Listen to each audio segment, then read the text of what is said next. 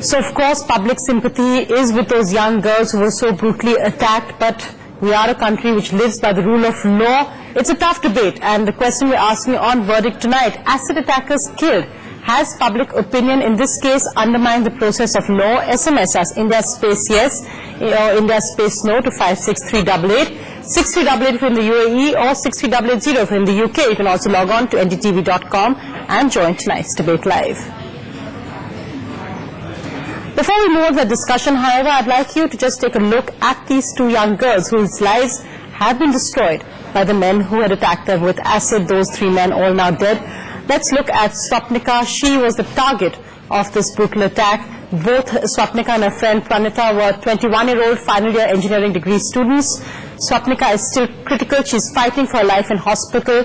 Doctors say it will be a miracle if she survives. Her parents are praying for her and say that they hope that now what had happened to her, that no other girl will have to go through this.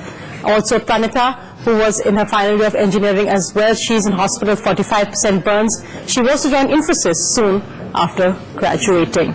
So when we debate this, of course, a reminder that it is eventually about two young girls, but in the larger system of law, where do we go from here? And it's really the story of these two young girls which makes it so difficult. And joining me today is another young woman, Hasina Hussain, who herself was a victim of this crime. She's fought tirelessly for justice and joins us today. I'm also joined by my other guest from Hyderabad, Mr. M.V. Bhaskar Rao, former DGP of Andhra Pradesh.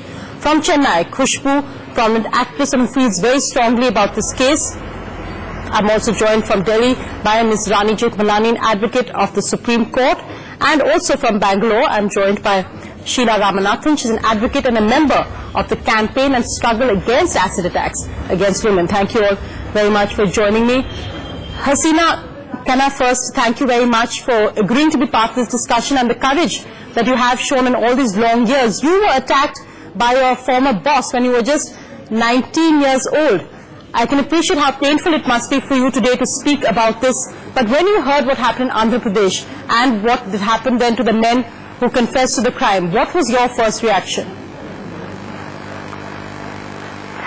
See, what happened in Andhra Pradesh, it's the accused were killed. Actually, the girl has got the real justice, because there are more than 100 cases in all over more than 100 cases in India, but no one has the exact justice. Anyone has got.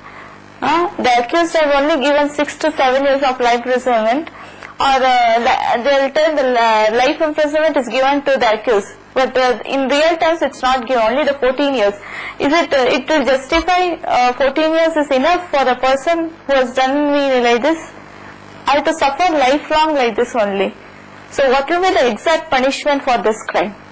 And who will give us the justice, and where we will get, and how long it will take? Hasina, we know that the Supreme Court has said that acid attack is worse than murder in a way. Do you think, I can understand your very personal reaction, perhaps welcoming what happened, but do you feel that the law itself then needs to be strengthened? The law needs to recognize that this is something as bad as murder. In your case, I know that the attacker got life imprisonment, but as you said, it's just 14 years. What do you feel must be done with the law? See, the real term of the life imprisonment, that is, the person should be inside the jail till his death. That will be the exact punishment for them. They should not be hanged also, because hanging is on the spot, they will be dead. If I am also dead, I don't undergo so much of surgery. I have undergone 30 operations and all so much problems I am facing in this society.